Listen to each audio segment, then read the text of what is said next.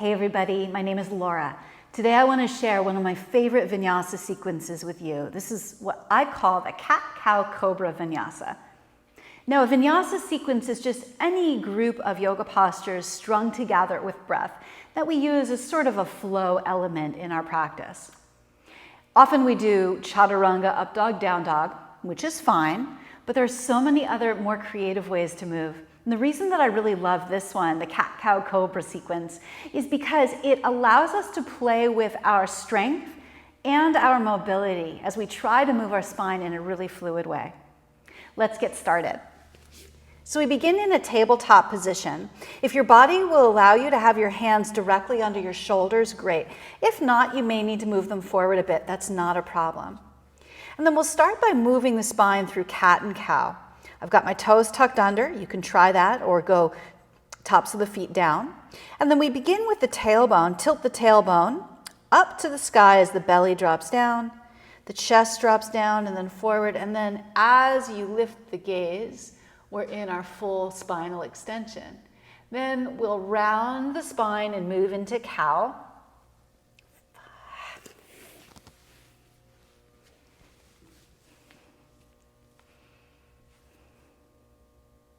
Hey everybody, I'm Laura. Today I want to share with you one of my favorite vinyasa mini sequences. This is what I call cat-cow-cobra. Now a vinyasa sequence is just any group of yoga poses strung together with breath that we use as a flow element in our practice. Oftentimes we'll do chaturanga, up dog, down dog in between postures. So we're really familiar with that and it's great, but there's so many other more creative ways that we could move our bodies. I really love what I'm about to show you, the cat-cow-cobra, because it plays with elements of strength and fluidity as we work to control the spine in different ways. Let's get started. So we'll begin really simply. Tabletop position, hands under the shoulders if possible, knees are under the hips. If your body needs to have the hands a little bit forward, that's fine, and it's totally fine to pad under the knees too if you feel a little uncomfortable with the knees flat on the floor. We'll begin with just some simple cat and cow movements, so don't think too much about it. Let the belly drop down. The chest moves forward. You can look up. Now we're in our cow pose. And then you round the spine and move into cat. Let's just do a few rounds of this, cat and cow. And remember that we're always trying to move in a range of motion that's pain-free for us today. So your cat and cow aren't going to look like mine. And that's fine because we've got different bodies. Now we'll start to get a little bit more detailed about this. So the next time that you find yourself rounding your spine, pause there for a moment and then begin with your tailbone. See if you can start from the bottom of the spine to the top, tilt the pelvis, and then maybe trying one vertebra at a time, we move into spinal extension. So again, moving from the bottom of the spine to the top. Now when we get to the top, we pause for a moment, and now we're going to try to move from the top of the spine to the bottom. So we tuck the chin first, round through the upper back, the middle back, and finally the lower back, moving into our cat. From the tailbone to the head, now we do the reverse. Tilt the pelvis, sitting bones rise, and see if you can follow that wave of movement along your spine with your awareness.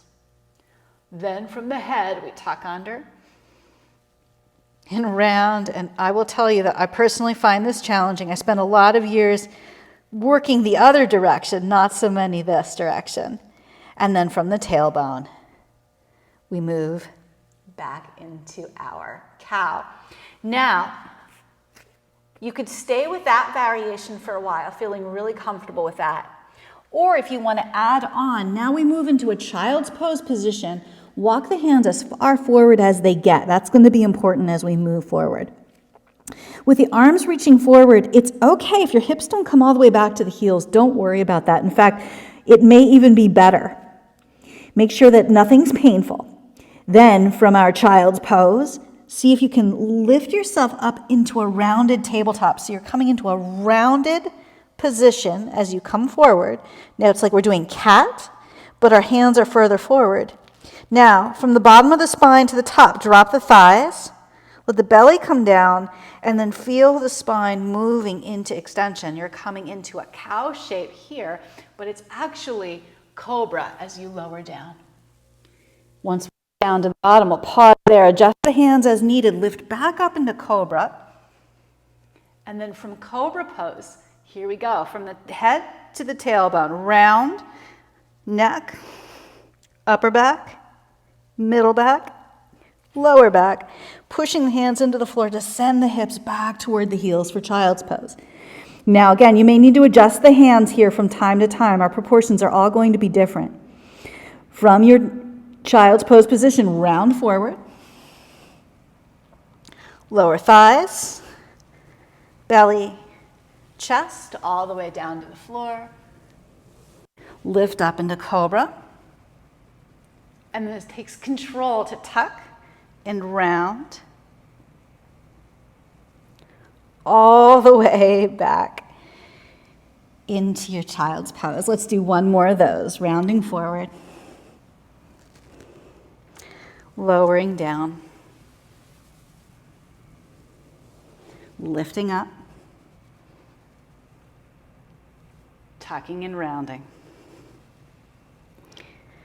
So even as you're rounding, you're sending the hips back toward the heels. So that's the essential practice of the cat-cow cobra vinyasa.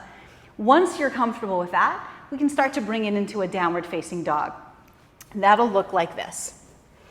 Begin in your downward facing dog. Put a little bend into the knees. Now, starting from the tailbone, we lift up and round forward into a rounded plank. So it's like a cat plank. Then I drop thighs, belly, chest, lifting up through my upward facing dog position. And then from here, you can pause, come down through cobra if you wanted, or stay strong, tuck, round, upper back, middle back, lower back, all the way back into my bent knee down dog, straightening at the end.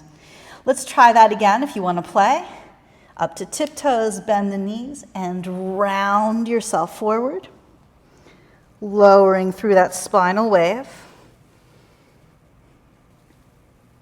tucking and rounding from the top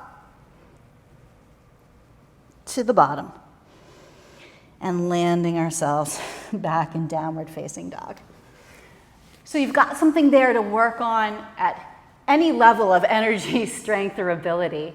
Remembering that it starts with cat and cow, we can add on with the extended child's pose, and then finally perhaps playing with our down dog to up dog variation. I hope you have fun playing with this. Let me know what you think, and I look forward to being with you online again soon. Be well.